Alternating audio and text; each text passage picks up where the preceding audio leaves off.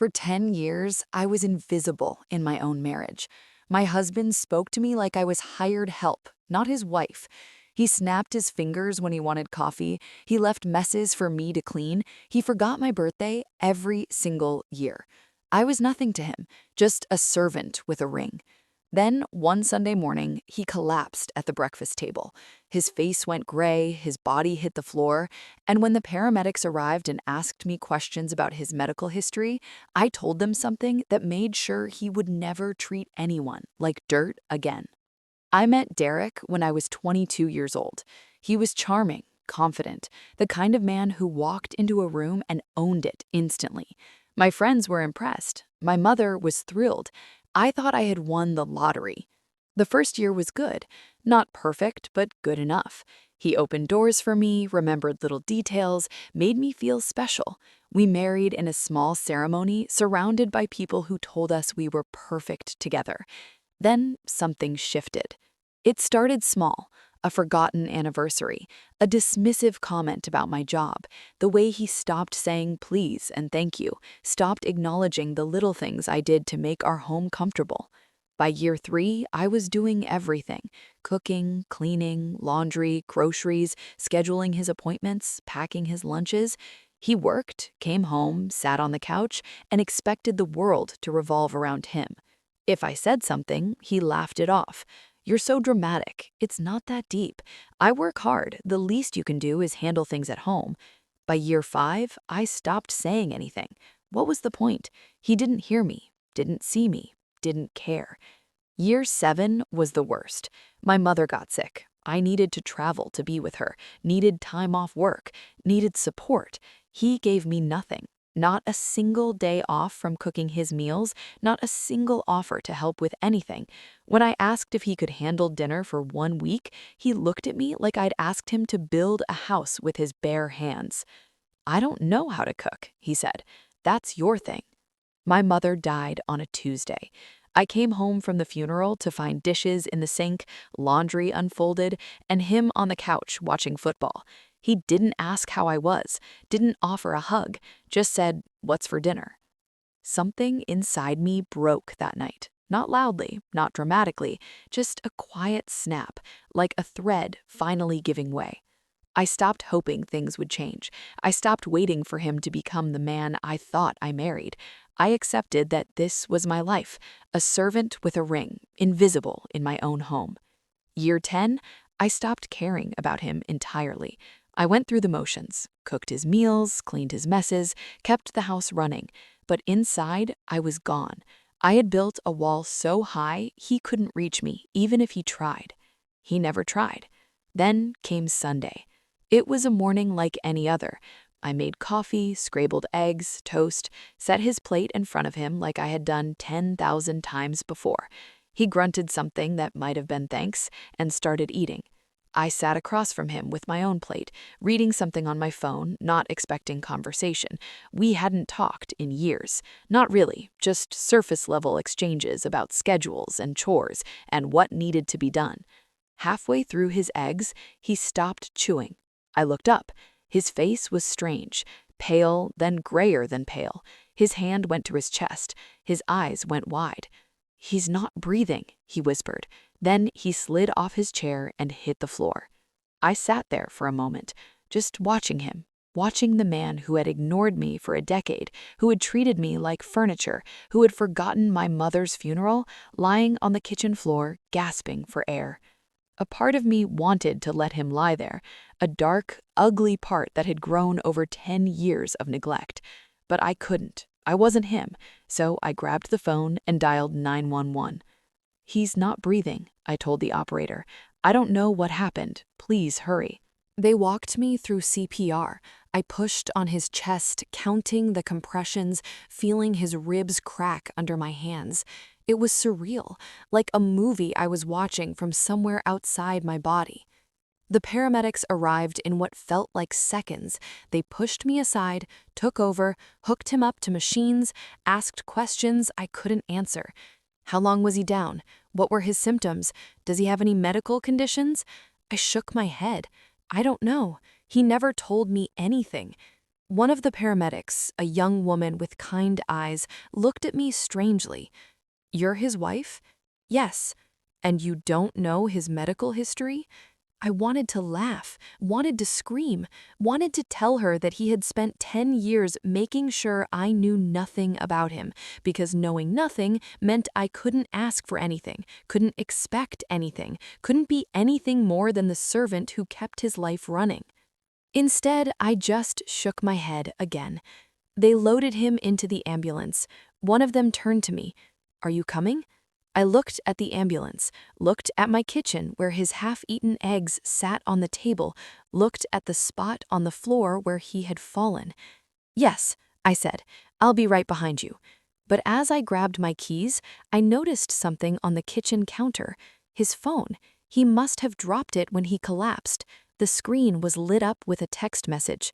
From a woman named Jessica. "Last night was amazing. Can't wait to see you again." I picked up the phone, scrolled through the messages, dozens of them, going back months, years maybe, flirty texts, romantic texts, plans to meet at hotels while I thought he was at work. I stood in my kitchen, holding his phone, reading proof that the man who treated me like a servant had been treating someone else like a queen. And then I made a decision. I put his phone in my pocket, walked out to my car, and drove to the hospital. Not for him, for me. Because when I got there, they would ask more questions. They would want to know about his health, his habits, his history. And I would tell them the truth. Every ugly, humiliating, devastating piece of it. Including the part about Jessica. Including the part about how the stress of hiding a 10-year-long affair might have contributed to his collapse. Including the part about how I had spent 10 years invisible, and now, finally, everyone was going to see him exactly as he was. The hospital waiting room was exactly what you'd expect. Fluorescent lights, uncomfortable chairs, the smell of antiseptic and anxiety. I sat in the corner, watching families comfort each other, wives holding husbands' hands, people crying together. I sat alone, not crying, just waiting. A doctor appeared after what felt like hours, middle-aged, tired eyes, the kind of face that had delivered bad news too many times. "Mrs. Chen?" I stood up. "Yes. He's stable. We think it was a minor heart attack, but we're running more tests. He's asking for you." Of course he was. He needed something. He always needed something. I followed the doctor through the maze of hallways to a small room where Derek lay in a hospital bed, hooked up to machines, looking smaller than I had ever seen him. His face was pale, his eyes scared. He actually smiled when he saw me, actually reached out his hand. "Hey," he whispered, "you came." I sat in the chair beside his bed, didn't take his hand. "Where else would I go?" He nodded, like that made sense. Like I had any choice, like I was anything other than the wife who showed up because that's what wives do. "The doctors say I need to make some changes. Diet, exercise, less stress. Guess I've been working too hard." I said nothing. He looked at me, waiting for sympathy, for comfort, for me to tell him everything would be okay. When it didn't come, his face flickered with something. Annoyance, maybe, or confusion. "You're quiet." "I'm tired." "Of course, long day." He patted my hand, the hand he hadn't held in years. "Why don't you go home, get some rest? I'll be fine. They're keeping me overnight for observation." I stood up, walked to the door, paused. "Derek?" "Yeah?" "Who's Jessica?" The machines beeped. The room went cold. His face, already pale, went gray. What?" "Jessica. The woman you've been texting for the past 2 years. The one you met at hotels while I thought you were working late. The one who sent you a message this morning saying last night was amazing." He opened his mouth, closed it, opened it again. "I can explain." "Don't." My voice was calm, steady, the voice of someone who had already decided everything.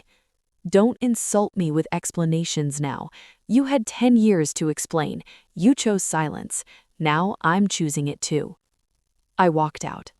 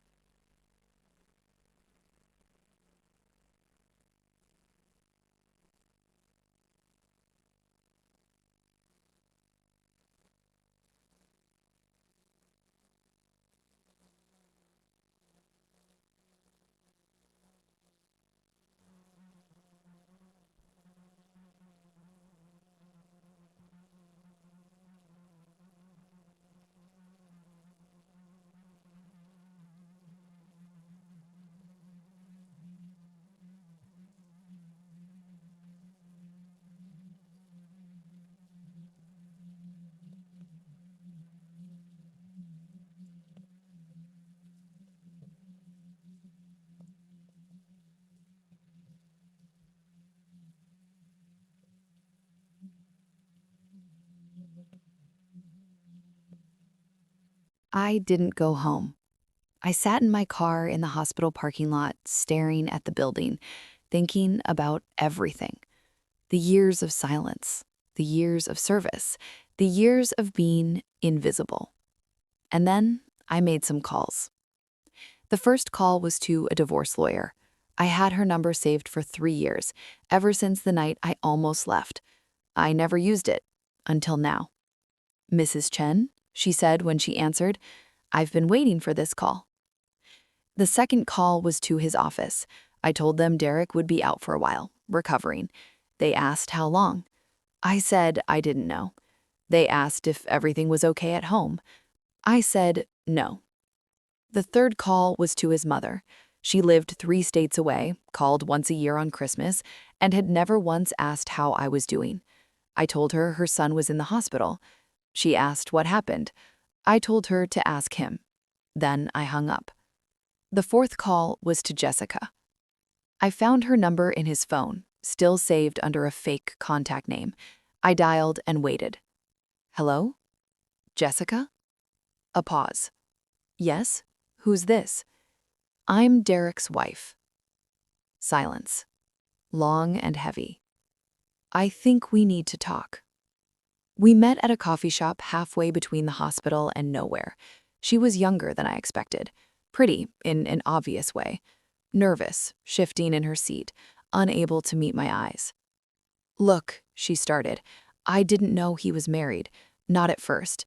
By the time I found out, I was already what? In love? In too deep? Already sleeping with a married man for 2 years?" She flinched. "I'm sorry. I really am." I sipped my coffee. Watched her squirm. "Tell me about him. The real him. The one I never got to see." She looked confused. "What do you mean?"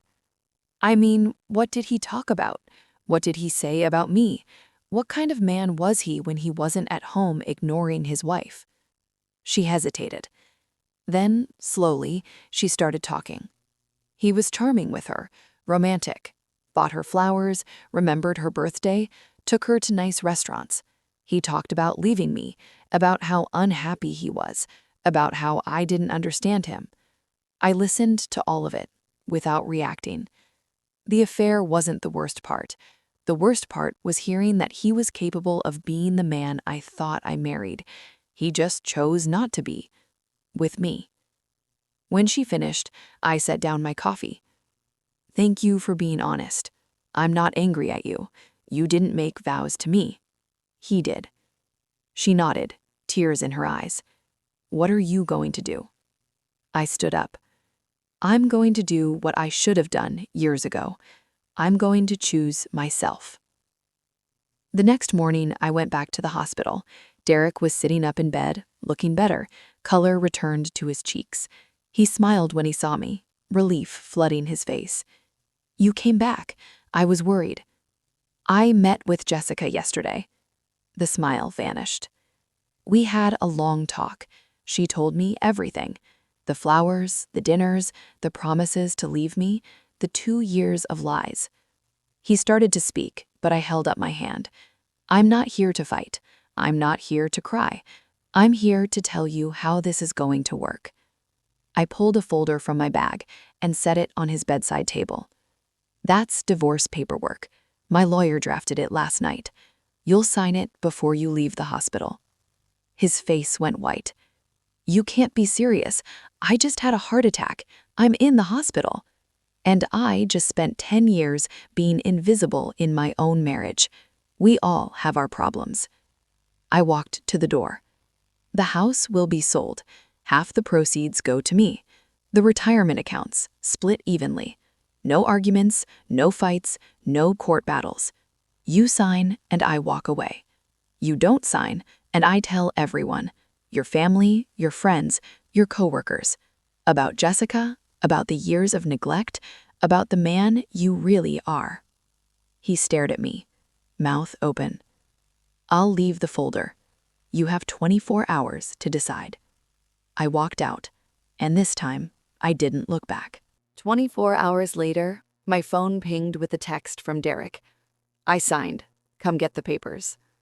No apology, no explanation, just instructions, like always, like I was still his servant, waiting to be summoned. I drove to the hospital, parked in the same spot I had sat in 2 days ago, and walked inside. He was sitting up in bed, watching TV, looking better than he had any right to. The folder sat on his bedside table, untouched, except for his signature on the last page. I picked it up, flipped through, checked the signatures. All there. Good, I said. I'll have my lawyer file these tomorrow. He muted the TV, looked at me with something that might have been regret or might have been self-pity. Hard to tell with him. You could have just asked for a divorce. You didn't have to destroy me in the process. I almost laughed. Almost. Destroy you, Derek?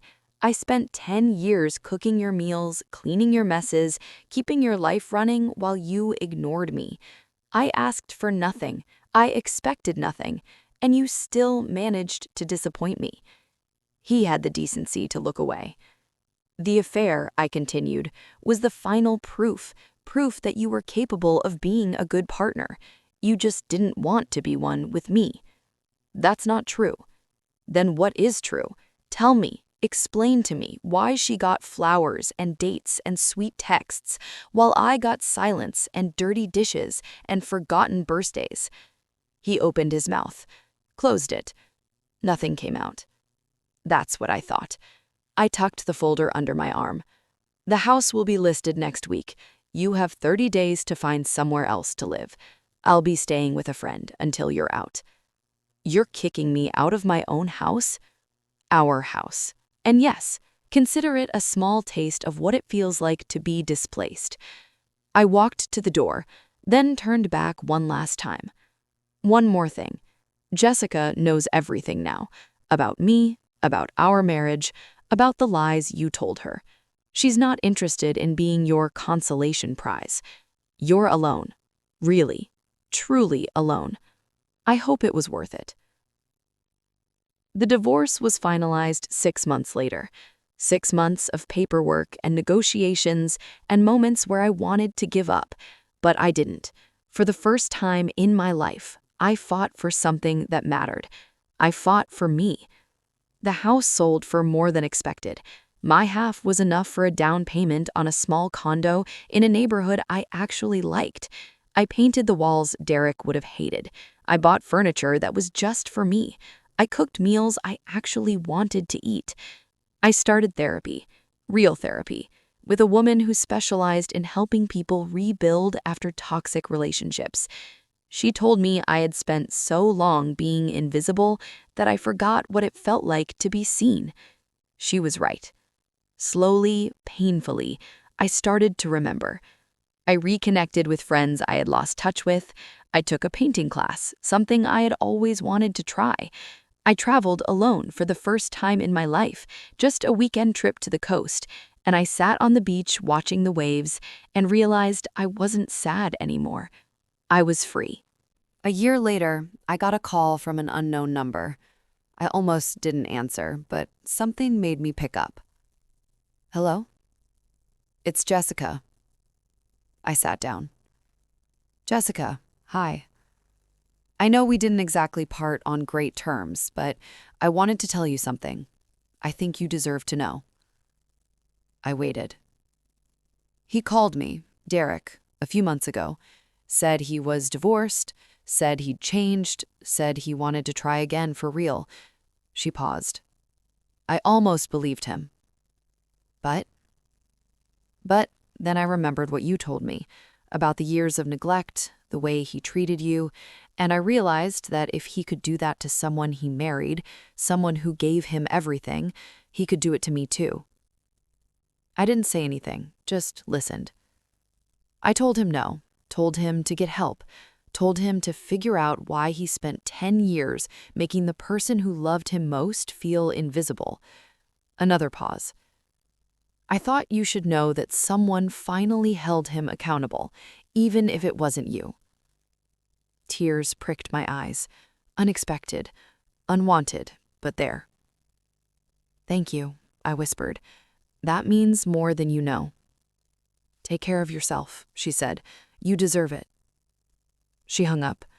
I sat in my colorful condo, in my peaceful life, and let the tears come. Not sad tears, something else. Something that felt like closing a door I didn't even know was still open. 2 years later, I ran into Derek at a grocery store. He looked older, thinner, tired.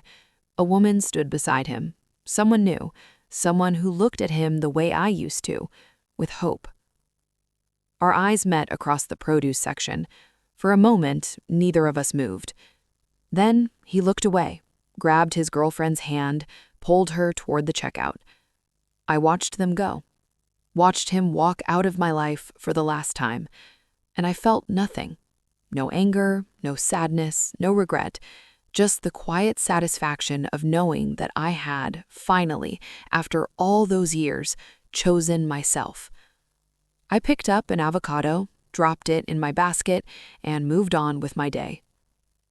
That night, I sat on my balcony with a glass of wine, watching the sunset paint the sky in shades of orange and pink. My phone buzzed, a text from a friend inviting me to dinner next week, another from my brother checking in, another from my painting teacher complimenting my latest work. I smiled, responded to each one, made plans, lived my life. The woman who spent 10 years invisible was gone. In her place was someone new, someone who knew her worth, someone who would never again settle for being treated like dirt.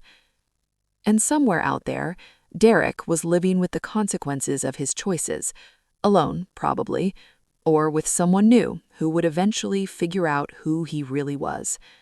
Either way, it wasn't my problem anymore. I raised my glass to the setting sun, to freedom, to second chances, to me. And I never looked back. Would you have stayed or left earlier? Comment below. If your partner treated you like this for years, could you ever forgive them? Subscribe for more stories about finding strength, choosing yourself, and walking away.